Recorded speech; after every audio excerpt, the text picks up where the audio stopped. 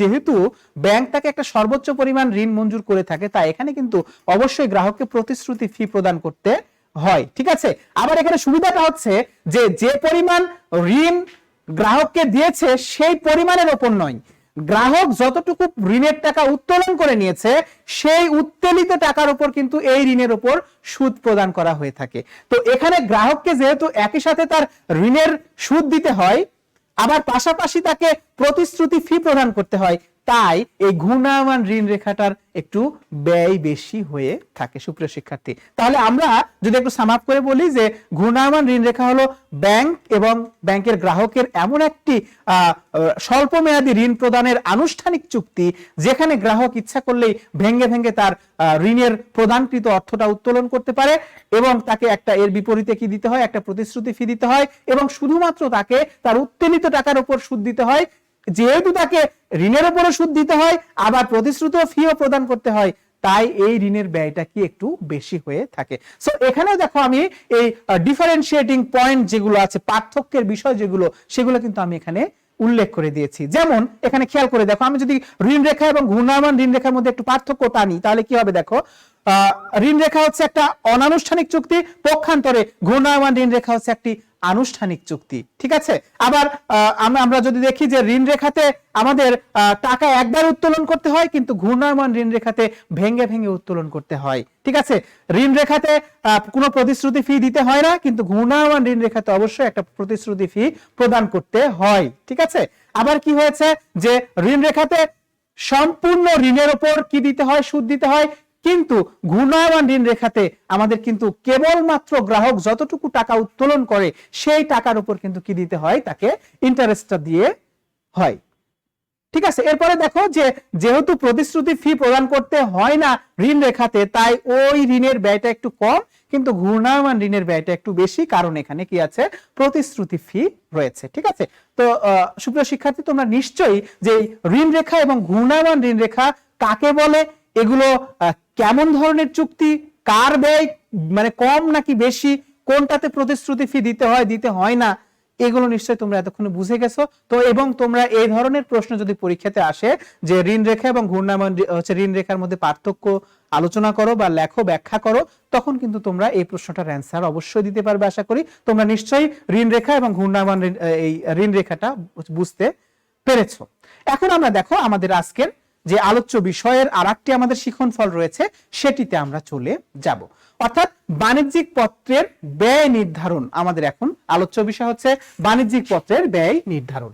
তো আমরা একটু আমাদের স্লাইডে দেখে নিই। দেখো যে আমরা একটু আগে আলোচনা করেছি যে বাণিজ্যিক পত্রটা দুই ভাবে ইস্যু করা যেতে পারে। একটি হচ্ছে বাণিজ্যিক পত্র বাটায় বিক্রি করা যেতে পারে, অথবা বাণিজ্যিক পত্রটা কি একটা নির্দিষ্ট হার সুদেও কিন্তু বিক্রি করা যেতে পারে। সো আমরা একটু এখানে খেয়াল করে দেখি। দেখো বাণিজ্যিক পত্রের ব্যয় নির্ণয়, বাণিজ্যিক পত্রের ব্যয় নির্ণয়। সো বাণিজ্যিক পত্রের ব্যয়কে আমরা সংক্ষেপে কেসিপি দ্বারা প্রকাশ করব। খেয়াল করে দেখো KCP, what does it mean? KCP stands for cost of commercial papers, cost of commercial paper, অর্থাৎ বাণিজ্যিক পত্রের ব্যয় KCP, cost of commercial papers. ঠিক আছে, আমরা কিন্তু আগে ট্রেড ক্রেডিট যখন নির্ধারণ করেছি তখন কিন্তু তোমরা দেখেছো যে কেটিসি দিয়েছিলাম, কারণ cost of trade credit K KTC, তাহলে কস্ট অফ কমার্শিয়াল পেপারস কে আমরা এখানে উল্লেখ করব কি দিয়ে, কেসিপি বা কস্ট অফ কমার্শিয়াল পেপারস। তো এই ক্ষেত্রে আমাদের সূত্রটা হচ্ছে, খেয়াল করে দেখো, আমরা একটু আগে বলেছি যে বাণিজ্যিক পত্রের ব্যয়টা নির্ধারণ করব, কিন্তু ব্যয়টা কিভাবে হবে এটা একটা ফ্যাক্ট। আমরা কি বাণিজ্যিক পত্রটা একটা নির্দিষ্ট বাট্টায় বিক্রি করব, নাকি আমরা বাণিজ্যিক পত্রটা একটা নির্দিষ্ট সুদের হারে বিক্রি করব? ঠিক আছে, তো যদি আমরা বাণিজ্যিক পত্রটা বাট্টায় বিক্রি করি, খেয়াল করে দেখো, বাট্টায় যদি বিক্রি হয়, বাট্টায় বিক্রি যদি হয়, তাহলে সূত্রটা হচ্ছে, খেয়াল করে দেখো, এফভি মাইনাস এনএসভি। ঠিক আছে, নেট বিক্রয় মূল্য, NSV divided by NSV into 360 divided by maturity period বা মেয়াদ পূর্তির সময় এমপি ইনটু 100। যেহেতু আমরা বাণিজ্যিক পত্রের ব্যয় নির্ধারণ করব, তাহলে মানে আমরা নিশ্চয়ই একটি হার পাবো, সেই হারের জন্য এখানে 100 দিয়ে গুণ করব। তাহলে খেয়াল করো শিক্ষার্থী যে কেসিপি বা কস্ট অফ কমার্শিয়াল পেপারস সমান সমান এফভি। এফভি মানে কি? FV stands for face value. Face value মানে কি বলতো? যে এই বাণিজ্যিক পত্রটার অভিহিত মূল্য। ফেস ভ্যালুর বাংলা হচ্ছে অভিহিত মূল্য বা লিখিত মূল্য। বাণিজ্যিক পত্রের গায়ে যে মূল্যটা লেখা থাকে সেটাকে বলা হয় ফেস ভ্যালু বা অভিহিত মূল্য বা লিখিত মূল্য। ঠিক আছে, তারপরে খেয়াল করে দেখো NSV stands for net sale value. Net sale value. আর MP stands for maturity period. Maturity period অর্থাৎ মেয়াদ পূর্তির সময়। তাহলে বিষয়টা কি হলো যে যদি আমাদের বাণিজ্যিক পত্রটা একটা নির্দিষ্ট বার্তায় বিক্রি হয়, বার্তা মানে কি অবহার, অর্থাৎ ফেস ভ্যালু থেকে কম দামে বিক্রি হয়, সেক্ষেত্রে আমার সূত্রটা হচ্ছে যে face value minus net sale value divided by net sale value into 360, মানে 360 মানে কি বছরে 360 দিনে বছরে, এটা আমরা ধরে নেব, ভাগ হচ্ছে ম্যাচুরিটি পিরিয়ড মানে কতদিন পর আমার এই বাণিজ্যিক পত্রটা মেয়াদ পূর্তি হবে, ইনটু কি এখানে 100। ঠিক আছে, তাহলে এটা নিয়ে আমরা কিন্তু একটু পরে অঙ্ক করব। তাহলে কি হলো যে বার্তায় যদি বিক্রি হয় তাহলে সূত্র হচ্ছে FV minus NSV divided by NSV into 360 ভাগ এমপি ইনটু 100। কিন্তু যদি এই বাণিজ্যিক পত্রটা নির্দিষ্ট সুদে বিক্রি করা হয়, যদি নির্দিষ্ট সুদে বিক্রি করা হয়, যদি নির্দিষ্ট সুদে বিক্রয় হয়, তাহলে সেক্ষেত্রে কেসিপি সমান সমান, খেয়াল করে দেখো এখানে একটা জিনিস, তাহলে যদি একটা নির্দিষ্ট সুদে বিক্রয় করি তাহলে বাণিজ্যিক পত্রের বিপরীতে আমাকে প্রদান করতে হবে কি একটা নির্দিষ্ট পরিমাণ সুদ। তো এখানে খেয়াল করে দেখো ইন্টারেস্ট পেইড, ইন্টারেস্ট যোগ FC, FC for flotation cost divided by NSV into 360 divided by MP into কি 100। তাহলে এখানে ইন্টারেস্ট মানে কি ইন্টারেস্ট পেড, আইএনটি মানে interest, interest paid, interest interest interest paid. আর কি হবে তারপরে কি হবে ইন্টারেস্ট পেড, আর এফসি ফর হচ্ছে flotation cost, FLOATATAION flotation cost বা ফ্লোটেশন কস্টের বাংলা কি বলেছিলাম আমি? উত্তরণ ব্যয়। তাহলে এখানে খেয়াল করে দেখো যদি বাণিজ্যিক পত্রটি সুদে বিক্রি হয় তাহলে বাণিজ্যিক পত্রের ব্যয় সমান সমান ইন্টারেস্ট পেইড প্লাস এফসি মানে কি ফ্লোটেশন কস্ট, অর্থাৎ আমি যে পরিমাণ টাকা ইন্টারেস্ট পে করব অর্থাৎ সুদ দেব, সেই সুদের সাথে যদি আমার বাণিজ্যিক পত্র ইস্যু সংক্রান্ত কোনো ধরনের খরচ থেকে থাকে তাহলে সেই খরচটা আমরা কি করব ইন্টারেস্টের সাথে যোগ করব, যোগ করে আমরা নেট সেল ভ্যালু দিয়ে কি করব ভাগ করে দেব, ভাগ করে এখানে গুণ করব 360 divided by MP, MP for maturity period into কি আমাদের 100। ঠিক আছে, তাহলে এটা হচ্ছে আমাদের দুটো সূত্র। তোমরা নিশ্চয়ই এটা বুঝতে পেরেছো যে বাণিজ্যিক পত্রের ব্যয় নির্ধারণ করার ক্ষেত্রে আমরা যেহেতু দুই ভাবে বিক্রি করতে পারি, তাহলে দুই ভাবে যেহেতু বিক্রি করতে পারবো তাহলে দুই ভাবেই আমাদের এই বাণিজ্যিক পত্রের ব্যয়টাও নির্ধারণ করতে পারবো। যদি আমরা বাণিজ্যিক পত্রটি বার্তায় বিক্রি করি তাহলে সূত্র হচ্ছে এফভি মাইনাস এনএসভি, অর্থাৎ অভিহিত মূল্য থেকে নেট বিক্রয় মূল্যটা মাইনাস করে নেট বিক্রয় মূল্য দিয়ে ভাগ করব গুণিতক 360 দিন ডিভাইডেড বাই ম্যাচুরিটি পিরিয়ডের যত দিন তত দিন ইনটু কি আমাদের 100। ঠিক আছে, আর যদি এই বাণিজ্যিক পত্রটা সুদে বিক্রয় করি তাহলে যে হারে সুদ দিব, যত টাকা সুদ দিব সেই সুদ যোগ যদি বাণিজ্যিক পত্রের ইস্যু করার ক্ষেত্রে কোনো ধরনের উত্তরণ ব্যয় বা যে কোনো ধরনের কমিশন প্রদান বা যে কোনো ধরনের ব্যয় বা খরচ হয় সেই খরচটা এখানে ইন্টারেস্টের সাথে যোগ করে দিব, যোগ করে নেট সেল ভ্যালু বা নেট বিক্রয় মূল্য দিয়ে ভাগ করে দিব, তারপরে 360 ডিভাইডেড বাই এমপি ইনটু কি হবে 100। ঠিক আছে, এখন খেয়াল করে দেখো একটা জিনিস সুপ্রিয় শিক্ষার্থী, যে যদি এই বাণিজ্যিক পত্রের মেয়াদ যদি কোনো দিনে থাকে, দিন মানে কি দেখা গেল বাণিজ্যিক পত্রের মেয়াদ 90 দিন, 100 দিন, 180 দিন, 120 দিন, ঠিক আছে, তখন কিন্তু এখানে 360 দিন দিবা তুমি। ঠিক আছে, কিন্তু বাণিজ্যিক পত্রের মেয়াদ যদি মাসে দেওয়া থাকে, এখানে খেয়াল করো যদি মাস দেওয়া থাকে, মাস মানে কি 12 মাসে 1 বছর, তখন কিন্তু দিন আর থাকবে না। দেখা গেল যে একটা বাণিজ্যিক পত্র যার মেয়াদ 3 মাস, তখন তুমি এটা কিভাবে নির্ধারণ করবা? তখন এটা খুবই সিম্পল, এই জায়গাতে শুধু একটু চেঞ্জ হবে, চেঞ্জ হবে কি 12 ডিভাইডেড বাই ম্যাচুরিটি পিরিয়ড, অর্থাৎ যখন তুমি 12 মাস উপরে দিবা তখন তোমার ম্যাচুরিটি পিরিয়ডও হবে কত? একটা নির্দিষ্ট মাস, যেমন এখানে কত 3 মাস, তাহলে এখানে হবে 3। ওকে, তাহলে এখানে কি হলো যে দিনের ক্ষেত্রে 360 ভাগ ম্যাচুরিটি পিরিয়ড, কিন্তু মাস যখন হবে তখনই আমরা কি লিখবো, 12 মাসে 1 বছর ডিভাইডেড বাই যত মাস মেয়াদি ওই বাণিজ্যিক পত্র তত মাস দিয়ে নিচে ভাগ করে দেব।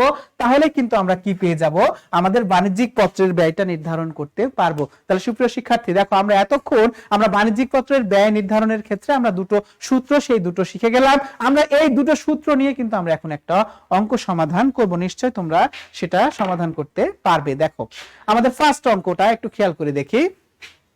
সমস্যা 1, সমস্যা 1-এ খেয়াল করে দেখো,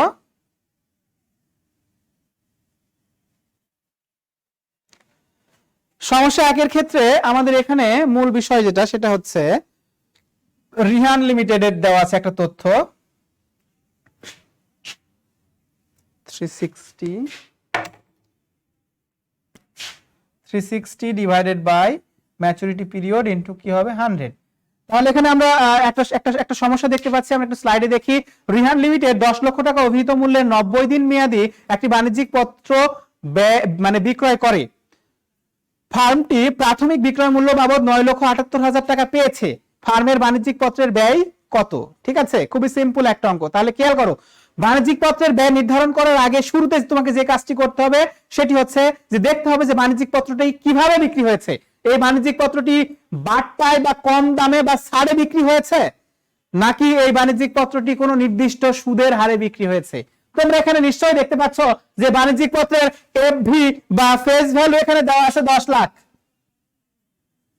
ফেস ভ্যালু দেওয়া আছে কত? 10 লাখ টাকা। ওকে, কিন্তু এর নেট সেল ভ্যালু বা এর বিক্রয় মূল্য দেওয়া আছে কত আমাদের? 9,78,000। 9,78,000। তার মানে বোঝাই যাচ্ছে যে এই বাণিজ্যিক পত্রটি কোনো নির্দিষ্ট হার সুদে নয়। এটা একটা কি, এটা সবসময় বিক্রি হয়েছে কিসে? এটা বাট্টায় বা অবহারে বিক্রয় হয়েছে। সো যদি অবহারে বিক্রয় হয় তখন আমাদের সূত্র আমরা জানি যে বাট্টায় বিক্রয় হলে কেসিপি সমান সমান FV minus NSV divided by NSV into কি হবে 360 ভাগ এমপি ইনটু কি 100। এটা হচ্ছে আমাদের সূত্র। সুপ্রিয় শিক্ষার্থী খেয়াল করে দেখো, আমরা যদি একটু ক্যালকুলেশন করি তাহলে দেখো এফভি মানে ফেস ভ্যালু। ফেস ভ্যালু দেখো আমাদের অঙ্কে দেওয়া ছিল 10 লক্ষ টাকা অভিহিত মূল্যের, তার মানে ফেস ভ্যালু কত? 10 লক্ষ। সো 10 লক্ষ মাইনাস আমাদের অঙ্কে বলা আছে যে ফার্মটির বিক্রয় মূল্য বাবদ 9,78,000 টাকা পেয়েছে, তাহলে এটা হচ্ছে তাদের নেট সেল ভ্যালু কত? 9,78,000 divided by net sale value কত? 9,78,000 ইনটু কত? 360 ডিভাইডেড বাই আমাদের কত দিন মেয়াদি, এখানে এমপি কত? এমপি হচ্ছে আমাদের এখানে কত? 90 দিন। তো 90 দিয়ে ভাগ করে দাও ইনটু কত হবে আমাদের? 100। এটা যদি আমি ক্যালকুলেশন করি তাহলে দেখো এখানে পাবো কি, আমরা এখানে পাবো 22,000 ডিভাইডেড বাই 9,78,000 ইনটু এটা যদি ক্যালকুলেশন করি তাহলে পাই 4 ইনটু 100 করে দাও। তাহলে যদি ক্যালকুলেশন করো তাহলে পাবা 8.99%। 8.99% বা এটাকে আমরা বলতে পারি কি বলতো? 9%। অর্থাৎ এই বাণিজ্যিক পত্রটির ব্যয় কত হবে আমাদের? 9%। ঠিক আছে, তোমরা নিশ্চয়ই এটা বুঝতে পেরেছো। খুবই সিম্পল অঙ্ক, তোমরা বেশ ভালো স্টুডেন্ট আর তোমরা এটা নিশ্চয়ই অ্যাবজর্ব করে নিতে পেরেছো। তো দেখো আমাদের অঙ্কটাতে বলেই ছিল যে রিহান কোম্পানির 10 লক্ষ টাকা অভিহিত মূল্যের 10 লক্ষ টাকা অভিহিত মূল্যের 90 দিন মেয়াদি বাণিজ্যিক পত্র। তাহলে অভিহিত মূল্য মানে কি? Face value. তাহলে ফেস ভ্যালু এখানে কত আমাদের? 10 লাখ টাকা, এটা আমরা লিখে নিলাম। ঠিক আছে, তারপরে দেখো বলেছে 90 দিন মেয়াদি, তার মানে এর ম্যাচুরিটি পিরিয়ড কত? 90 দিন। তাহলে আমরা এখানে 90 ম্যাচুরিটি পিরিয়ড 90 এ চলে গেছি। আর আমরা এখানে এনএসভি দেখো আমাদের অঙ্কে বলা আছে যে সে বিক্রয় মূল্য বাবদ পেয়েছে কত? 9,78,000 টাকা। তাহলে এইটা হচ্ছে তার নেট সেল ভ্যালু। তাহলে নেট সেল ভ্যালু 9,78,000। তারপরে এখন আমরা এগুলোকে জাস্ট এখানে সূত্রে পুট করে দিয়েছি। কিভাবে? FV 10 lakh, NSV 9,78,000 divided by NSV 9,78,000 into 360 ভাগ 90 ইনটু 100। এটাকে ক্যালকুলেশন করলে আমরা আমাদের এই রিহান লিমিটেডের বাণিজ্যিক পত্রটির ব্যয় পাই কত? 8.99% বা এটাকে আমরা 9% বলতে পারি। অর্থাৎ এই বাণিজ্যিক পত্রটির ব্যয় কত? 9%। ওকে, আমরা আমাদের 2 নাম্বার সমস্যাতে চলে যাব সুপ্রিয় শিক্ষার্থী। তাহলে দেখো 2 নম্বরে যখন যাব তখন এখানে খেয়াল করে দেখো 2 নম্বরের ক্ষেত্রে আমাদের দেখতে হবে যে এই যে বাণিজ্যিক পত্রটা আছে এটা কি বারটায় বিক্রি হয়েছে নাকি নির্দিষ্ট হার সুদে। 2 নম্বর যদি একটু খেয়াল করো তাহলে তুমি দেখতে পাবে যে রওশন লিমিটেড এর 4 মাসের জন্য, তাহলে এখানে কিন্তু দিন নেই, আছে কি মাস, ঠিক আছে। মাসের জন্য 5 লক্ষ টাকা চলতি মূলধন দরকার, কোম্পানি 12% সুদে বাণিজ্যিক পত্র ইস্যু করে, মানে স্বল্প মেয়াদী অর্থায়ন করবে সে, ঠিক আছে, যে 5 লক্ষ টাকা দরকার তাই সে বাণিজ্যিক পত্র ইস্যু করবে, সেক্ষেত্রে কি 12% সুদ দেবে। তাদের প্রতি 4 মাসে বাণিজ্যিক পত্র ইস্যু করতে 5,000 টাকা খরচ হয়, তার মানে খেয়াল করে দেখো 5 লক্ষ টাকার বাণিজ্যিক পত্র এটা ইস্যু করতে বা বিক্রি করতে বিভিন্ন ধরনের কমিশন টমিশন এইগুলো দিয়ে তাদের খরচ হয় কত, আমাদের এখানে 5,000। সো এই 5,000 কিন্তু এখানে তার ফ্লোটেশন কস্ট, ঠিক আছে, বা উত্তরণ ব্যয়। তারপর বলেছে কি যে কোম্পানির বাণিজ্যিক পত্রের ব্যয় নির্ণয় করো। আমরা যদি একটু বোর্ডে চলে আসি তাহলে দেখো যে আমরা দেখতে পাবো যে এখানে এই বাণিজ্যিক পত্রটি কি নির্দিষ্ট সুদে বিক্রি হয়েছে।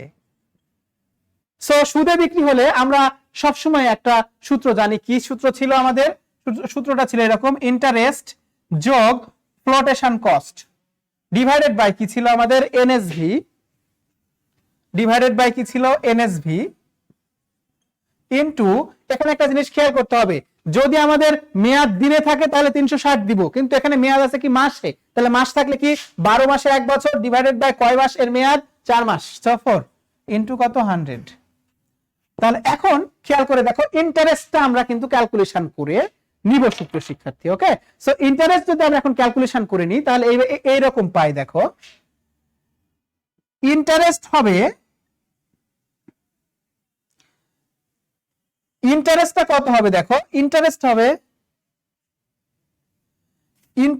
হবে খেয়াল করে দেখো যে আমরা এখানে আমাদের ওই কত টাকার আমরা বাণিজ্যিক পত্র বিক্রি করছি 5 লক্ষ, তাহলে এই 5 লক্ষ ইনটু কত পার্সেন্ট আমরা সুদ দেব, 12% সুদ দেব, তাহলে 12%, 5 লক্ষর 12%। আচ্ছা আমার একটু বাংলা ইংরেজি হয়ে যাচ্ছে, তোমরা যে কোনো একটা ফলো করবে, হ্যাঁ, হয় বাংলা না হলে ইংরেজি। ওকে, তাহলে এখানে 5 লক্ষ খেয়াল করে দেখো, 5 লক্ষ ইনটু কত আমাদের 12% ইনটু খেয়াল করে দেখো আমাদের তো 4 মাস মেয়াদি, আমাদের কত মাস মেয়াদি, 4 মাস মেয়াদি, তাহলে এটাকে কি করব আমরা 12 দিয়ে ভাগ করে 4 দিয়ে গুণ করব, তাহলে 4 মাসের ইন্টারেস্ট আমরা পেয়ে যাব। সো 5 লক্ষর যদি আমি 12% করি তাহলে 5 বারাং 60,000 হয়, 60,000 কে যদি 12 দিয়ে ভাগ করি 1 মাসে হয় 5,000, সো 4 মাসে কত হবে 20,000 টাকা, এটা কত হবে 20,000 টাকা। ওকে, তাহলে এখানে আরেকটা জিনিস আমরা বের করে নিতে হবে, সেটা হচ্ছে যে net sale value, net sale value. Okay, তো নেট সেল ভ্যালু যদি বের করি তাহলে আমাদের এমনিতে সেল ভ্যালু কত, আমাদের এখানে অঙ্কে দেখো সেল ভ্যালু দেওয়া আছে 5 লাখ, এটা 5 লক্ষ টাকার বাণিজ্যিক পত্র 5 লক্ষ টাকা দিয়ে বিক্রি করেছি, মাইনাস এখান থেকে আমরা কি উত্তরণ ব্যয় দিয়েছি, তাহলে উত্তরণ ব্যয়টাও কিন্তু আমার নেট মানে সেল ভ্যালু থেকে মাইনাস হয়ে যায়, তাহলে আমাদের কত এখানে 5,000। তো 5 লক্ষ টাকা যদি আমি 5,000 মাইনাস করে দেই তাহলে আমাদের এখানে নেট সেল ভ্যালু হয় কত, 4,95,000 টাকা।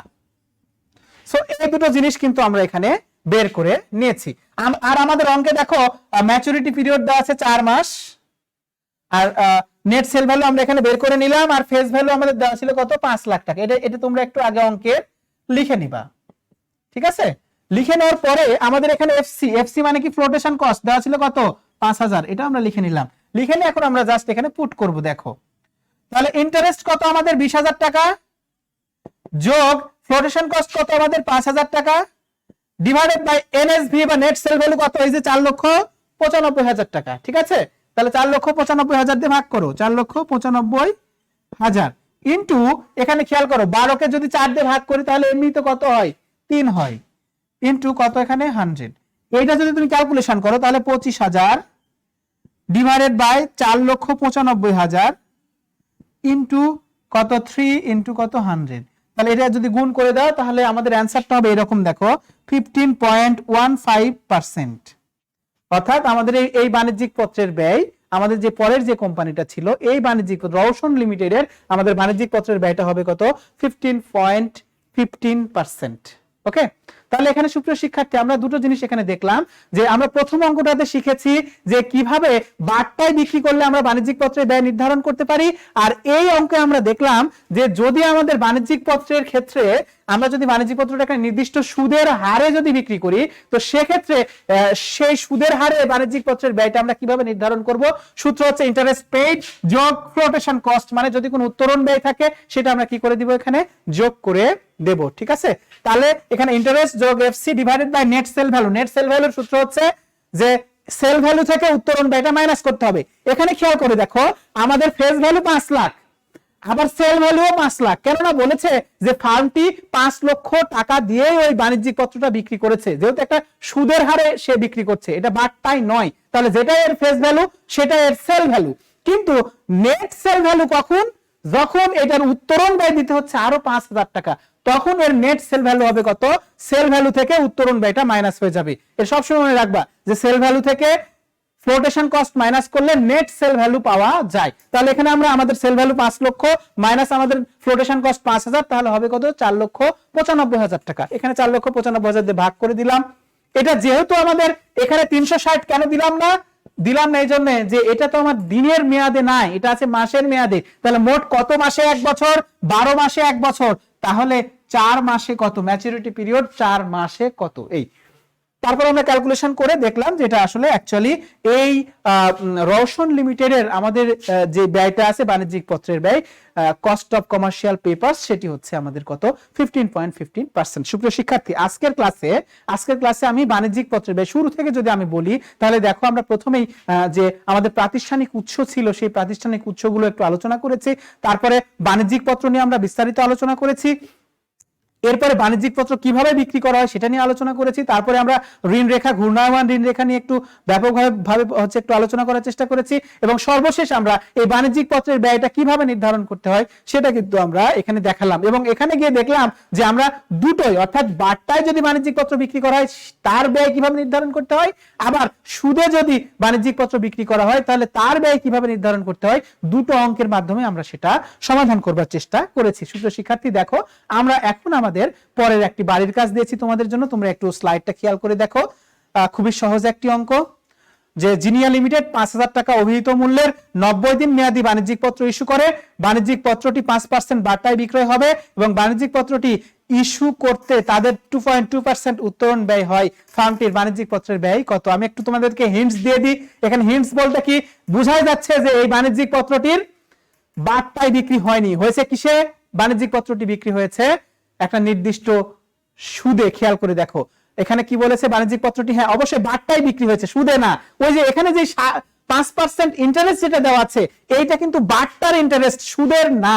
তার মানে বিষয়টা কি হবে দেখো, 5,000 টাকার বাণিজ্যিক পত্র, সেখান থেকে তুমি 5% বাট্টা দিবা, ছাড় দিবা, কমে দিবা, অবহারে দিবা, মাইনাস করে দিলেই তুমি তোমার সেল ভ্যালু পেয়ে যাবে। তুমি তোমার কি পাবে?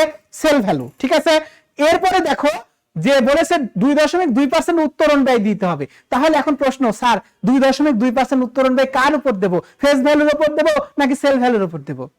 তুমি তোমার নিজের কনসায়েন্সকে একটু জিজ্ঞেস করো, যে মানে তোমার বিচার বুদ্ধিকে জিজ্ঞেস করো, যে তুমি একটা বাণিজ্যিক পত্র বিক্রি করতে একজন দালাল নিয়োগ দিয়েছো, সেই দালালকে তুমি কমিশন দিবা সে যে দামে বিক্রি করে দিল সেই দামে, নাকি তোমার অভিহিত মূল্যে? অবশ্যই সে যে দামে বিক্রি করে দিবে সেই দামে, অর্থাৎ সেল ভ্যালুর উপর কিন্তু সবসময় উত্তোলন ব্যয়টা হয়ে থাকে। তার মানে বিষয়টা এরকম হবে, দেখো এই বাণিজ্যিক পত্রটা বাট্টায় বা অবহারে বিক্রয় হয়েছে, এখানে কোনো সুদের হার নেই, তো সুদের হারের সূত্র টোটালি অফ। ঠিক আছে, তারপরে কথাটা হচ্ছে যে এই বাণিজ্যিক পত্রটার ক্ষেত্রে আমাদের সেল ভ্যালু হবে 5,000 মাইনাস 5,000 এর 5% 250 টাকা, তাহলে হবে 4750 টাকা হবে সেল ভ্যালু। কিন্তু ওই 4750 এর উপর আবার 2.2% তুমি করে যে উত্তোলন ব্যয়টা হবে সেটা যদি মাইনাস করে দাও তাহলে তুমি পাবা নেট সেল ভ্যালু। এরপরে তুমি এটা কি করবা, আমাদের যে সূত্র আছে এফভি মাইনাস এনএসভি ভাগ NSV into 360 divided by MP বা ম্যাচুরিটি পিরিয়ড ইনটু 100, এটা দিয়ে গুণ করে দিবা, তাহলে আমরা কি পেয়ে যাব, আমাদের একটা এই মানে জিনিয়া লিমিটেডের বাণিজ্যিক পত্রের ব্যয়টা পেয়ে যাব। সুপ্রিয় শিক্ষার্থী, আজকের ক্লাসে আমি আর তেমন কিছু বলছি না। আগামী ক্লাসে আমরা আরো একটি বিষয় নিয়ে মানে হাজির হব এবং পাশাপাশি আমরা দেখব একই সাথে ব্যবসায় ঋণের ব্যয় এবং বাণিজ্যিক পত্রের ব্যয়, এই দুটো আমরা কিভাবে নির্ধারণ করতে পারি সেটা কিন্তু আমরা আগামী ক্লাসে আলোচনা করব। এছাড়াও ব্যাংক ঋণের ব্যয়টা কিভাবে নির্ধারণ করতে হয় সেটা নিয়েও আমরা আগামী ক্লাসে আলোচনা করব। তোমরা সবাই অনেক অনেক ভালো থেকো, সুস্থ থেকো, সচেতন থেকো, সাবধানে থেকো। আগামী ক্লাসের আমন্ত্রণ জানিয়ে আজকের ক্লাসটি শেষ করছি। সবাইকে অনেক অনেক ধন্যবাদ।